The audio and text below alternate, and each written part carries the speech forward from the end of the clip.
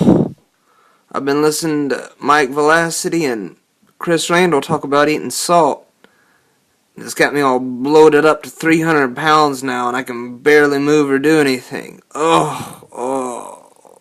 Hi, I'm Justin, and I follow primarily a raw diet. Not exclusively of raw foods at the moment, but mostly of raw vegan foods. And I discuss weight training issues on here. And one thing that I want to pick up and talk about right now is the idea of bloating and its benefits for weightlifters. And I know some of that will strike you as odd. Some of you may not even believe me. But just to give you guys an idea of what the normal idea of bloating is in strength sports. I'm listening to a podcast by Mark Bell and Mike O'Hearn right now, and this is what they were talking about the subject. I'll mention a few other names, people that have talked a lot about this subject of bloating. So listen to this. You're always so ripped. I love that, like that feeling after you have a pizza. It's like, oh my gosh, my joints are full. Let me go rip 800 adding a pounds. little bit of bloat can really add a lot of strength. We've talked about that here, about pizza being like one of the. I mean, sometimes you eat too much pizza, it kind of bothers your stomach. But that aside, pizza's like the ultimate strength food. Oh yeah, 100%. And that's it's that whole factor of when people get injured or bodybuilders will say this. I know you guys are now combinating both. Combinating. That's my word. I like that. Yeah, you do that often, actually.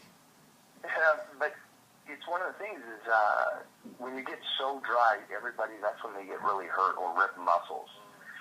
And so, so creatine I love, arginine. Okay, and Mike goes on with some different supplements and things that he talks about using. But I just want to talk about this subject. Everybody, and especially in the high carb, lower fat kind of circles that I kind of associate more in are really into this idea of having very salt restricted diets. And I'm not against that by any means.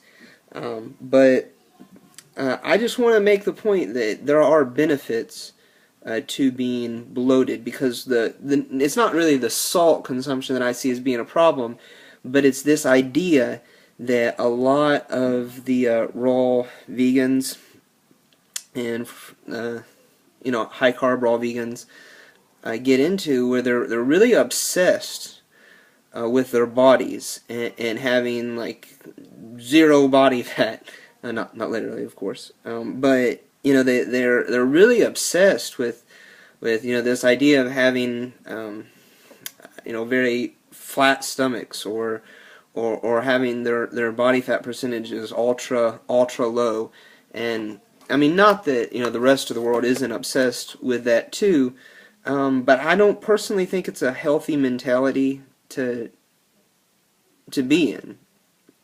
I think it can be detrimental, and I go out and I eat with people, and afterwards they're looking at themselves and they're talking about being bloated and worrying about that they might be bloated a little bit.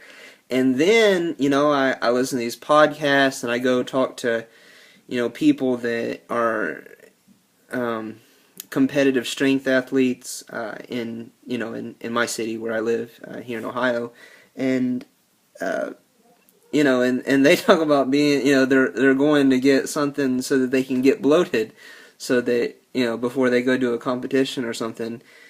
And it's just this funny dichotomy of things. I'm not saying that it's healthy or that you want to bloat yourself up, but I'm just saying that, there's nothing wrong with considering that there are some benefits to it either.